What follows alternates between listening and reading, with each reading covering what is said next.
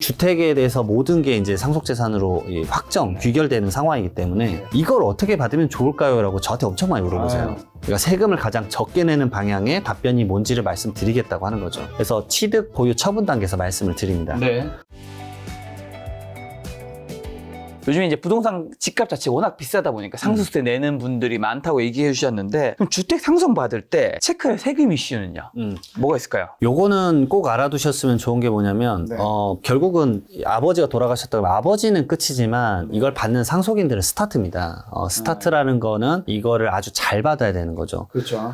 결국은 아버지가 주택수가 몇 개냐, 그 다음에 받는 사람이 몇 명이냐, 이런 것들을 잘 보셔야 되는 게 있고, 상속재산 중에서 거의 8,9입니다. 진짜 8, 90%인데 주택입니다, 주택. 예, 대부분 주택 한 채거나 주택 몇 채가 있는데 이걸 상속인들이 어떻게 가져가는 게 제일 이제 말 그대로 좋을 것이냐. 사실 저한테 이제 무료 상담을 제가 많이 하니까, 상담할 때마다 가장 이제 포인트가 뭐냐면 이게 재산이 제일 높으니까 대부분 이런 식입니다. 주택 한 채가 한 15억.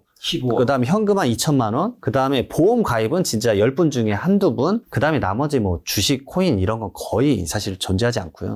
그러면 결국 이 주택에 대해서 모든 게 이제 상속재산으로 귀결되는 상황이기 때문에 이걸 어떻게 받으면 좋을까요? 라고 저한테 엄청 많이 물어보세요. 그러면 이제 제가 말씀드리는 건 세금 쪽으로 답변을 드리겠다. 그러니까 세금을 가장 적게 내는 방향의 답변이 뭔지를 말씀드리겠다고 하는 거죠. 그래서 그걸 참고해 보시고 재산 분할을 어떻게 할지 생각해 봐라. 그래서 취득, 보유, 처분 단계에서 말씀을 드립니다. 네. 첫 번째로 취득 단계인데, 돌아가신 날 무주택자가 받으면 취득세가 좀 더 감면이 돼요. 그렇죠. 예, 일반적으로 이제 이것도 잘 모르시는 분들이 많으세요. 국민주택 규모 이하면 0.96% 내세요. 근데 그게 아니면 2.96% 내셔야 돼요. 그러니까 거의 3배를 더 내셔야 되는데, 이게 생각보다 몇 천만 원 차이입니다. 그렇죠. 이게 공동주택 가격이 10억이면 집값 자체가 비싸니까. 1,000만 원과 3천만 원 정도의 차이니까 그런 부분들을 꼭 유념하셔야 되고, 한 가지 팁을 드리면, 예를 들어서 일반적인 상속세는 배우자랑 자녀 2분, 이 세 분이 많으세요. 그러면 이게 3분의 1씩 받으면 똑같잖아요, 지분이. 근데 무주택자인 분이 34를 받고 유주택자이신 분들이 30 받았다 그러면 무주택자인 분이 지분이 제일 크잖아요. 그러면 100% 전체를 무주택자로 봐서 취득세를 낮게 낼 수 있습니다. 그러니까 이런 것들을 조금이라도 디테일 챙기시면 좀 나이스한 거죠. 그리고 이제 이게 1가구 1주택의 상속인 기준으로 보기 때문에 같이 살고 있는 사람들이 전부 다 주택수가 하나냐 아니냐를 따집니다. 그러면 이제 내가 유주택자다, 우리 다 유주택자다, 그럼 어떻게 해야 되냐? 그러면 이것도 중요합니다. 왜냐면 이걸 상속을 받은 사람이 자기 주택수에 포함이 돼요. 그러면 주택수 포함되는 게 뭐라고 할 수 있는데, 내가 다른 주택을 취득할 때 주택수에 따라서 취득세가 중과가 되고 있잖아요. 그렇죠. 그러니까 내가 기존에 있던 주택이 있든 없든 상속주택 받고 나서 그 다음 주택을 사는데 그게 막 5번째 주택이 돼버렸다. 그러면 취득세 중과를 내면 막 12.4%, 13.4%. 그렇죠. 근데 일반적인 매매 취득세는 1%에서 3%대거든요. 그러니까 10배 이상의 취득세를 더 내야 되기 때문에 이게 누구 주택수로 카운팅 되는 건 중요합니다. 그래서 이게 지분이 가장 큰 상속인의 주택수에 포함이 됩니다. 그게 같으면 거기서 거주하고 있는 사람. 그 다음에 세 번째로 거기까지 같으면 나이가 가장 많은 사람 순으로 포함이 됩니다. 3명 다한테 1주택이 추가되는 건 아니군요. 결국 한 주택씩 준다 그러면 그래 될 수도 있겠지만, 만약 한 주택의 지분을 이렇게 가져간다 그러면 맞습니다. 지분이 가장 큰 상속인 주택수. 그분이 주택수가 추가되는. 네, 맞습니다.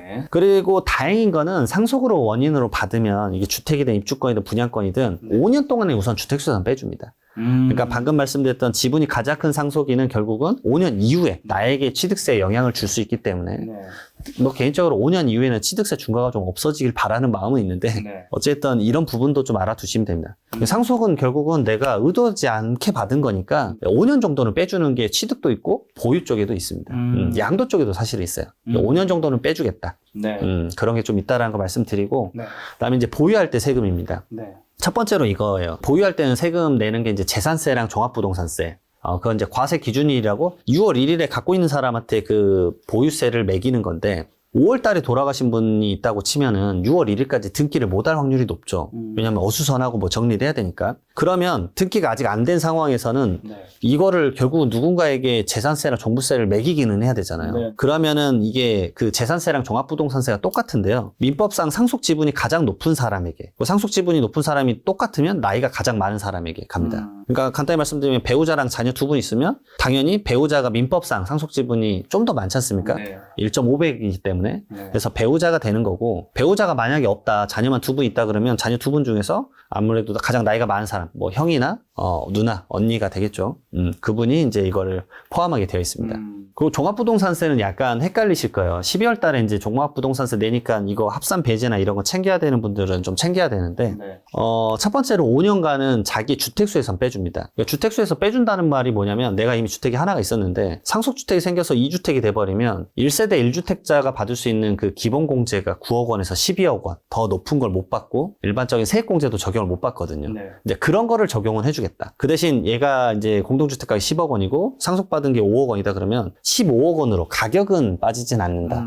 그렇게 좀 구분을 하시고 그다음에 5년간 적용하는데 5년 이후에도 뭐 예를 들어서 지분이 40% 이하거나 지분율에 해당하는 공시가격이 6억 원 이하면은 그것도 주택수에서는 빠진다. 그러니까 어찌됐든 좀 종합부동산세가 지금은 좀 부담이 덜 되는 세금으로 바뀌었기 때문에 네. 이런 것들은 좀 알고만 계시면 좀 도움이 되실 것 같습니다. 네. 그다음에 처분 시에는요? 예, 이제 처분할 때인데 기존에 종전주택이 있었고 내가 이제 주택 하나 있다가 어쩔 수 없이 상속주택을 받으실 경우가 있잖아요. 네. 그러면 이 종전주택 팔 때는 상속주택은 없는 셈 쳐줍니다. 어쩔 수 없지 않습니까? 내가 그냥 갖고 있다가 돌아가셔서 하나 받은 건데 얘 비과세 갑자기 못 받는다 그러면 당황스러우니까. 근데 예를 들어서 아버지가 돌아가시는데 아버지가 주택이 3개다. 그러면 3개다 이걸 인정해 주는 게 아닙니다. 이게 이제 가장 많이 이제 혼동하세요. 왜냐면 이게 취득 다르고 보유 다르고 처분 다르고 다 다르니까 이게 선순위 상속주택이라고 있어요. 결국은 이 3개 중에서 한 채만 그렇게 인정해 줄 게가 됩니다. 그래서 그 한 채가 뭐냐면 소유기간이 가장 긴 주택. 네. 뭐 소유기간도 똑같으면 거주한 기간이 가장 긴 주택. 네. 거주한 기간도 똑같으면은 상속 개시 당시에 거주한 주택. 다 거주한 사실이 없으면 기준시가 가장 높은 주택. 어떻게든 한 채만을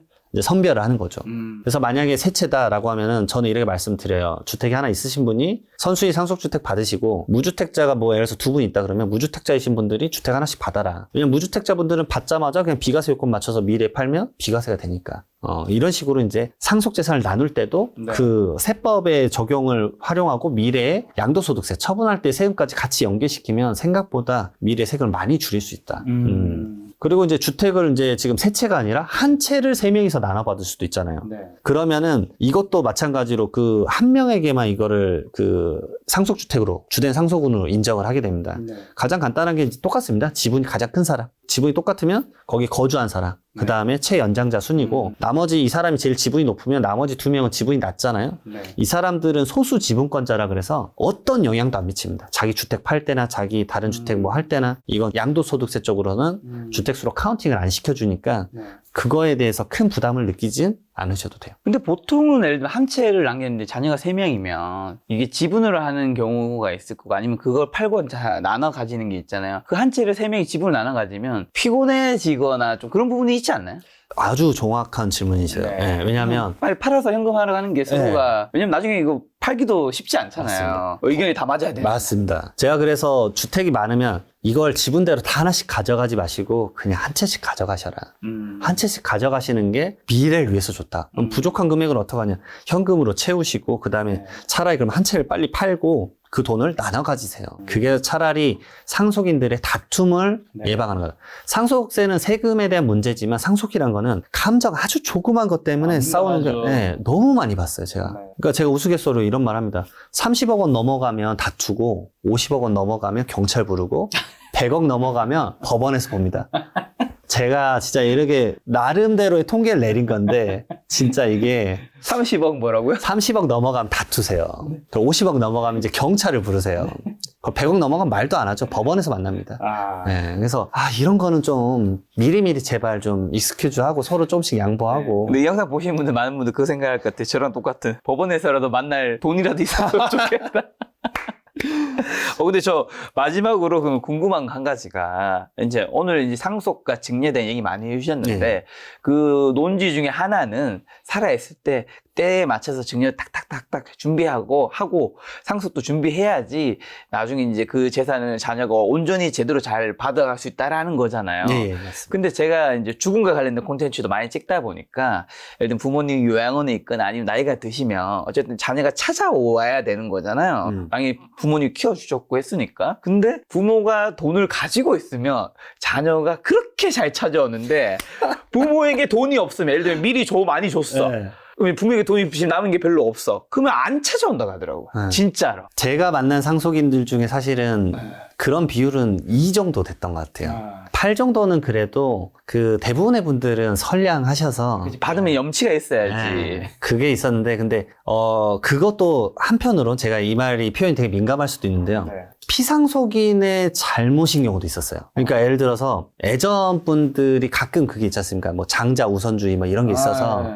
그래서 진짜 거기다 특히나 뭐 막내가 딸이다 뭐 아무것도 지원이 없었던 거예요. 맞아요. 그러니까 따님은 아예 연을 끊어버리고 근데 부모님은 욕만 하고 있고 어찌 보면은 이제 가족이라는 관계가 어찌됐든 그 하나의 그 계약 관계일 수도 있다고 봐요.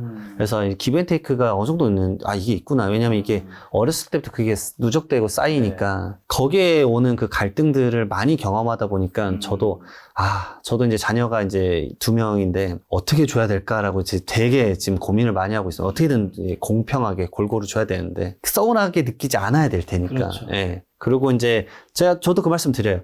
다 주지 말라고도 말씀을 드려요. 왜냐? 그러면 이런 일이 펼쳐지니까. 네, 적당한 마중물은 여유가 되면 좀 줘라.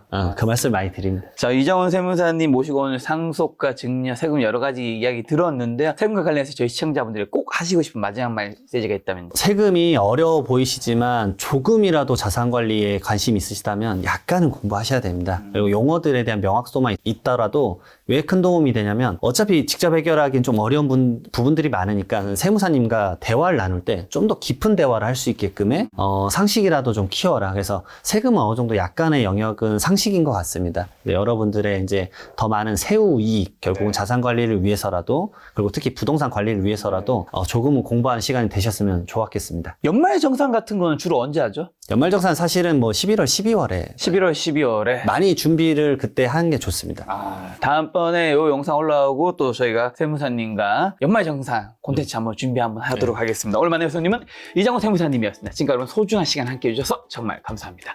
오늘도 김 작가였습니다. 고생 많으셨습니다. 수고하셨습니다.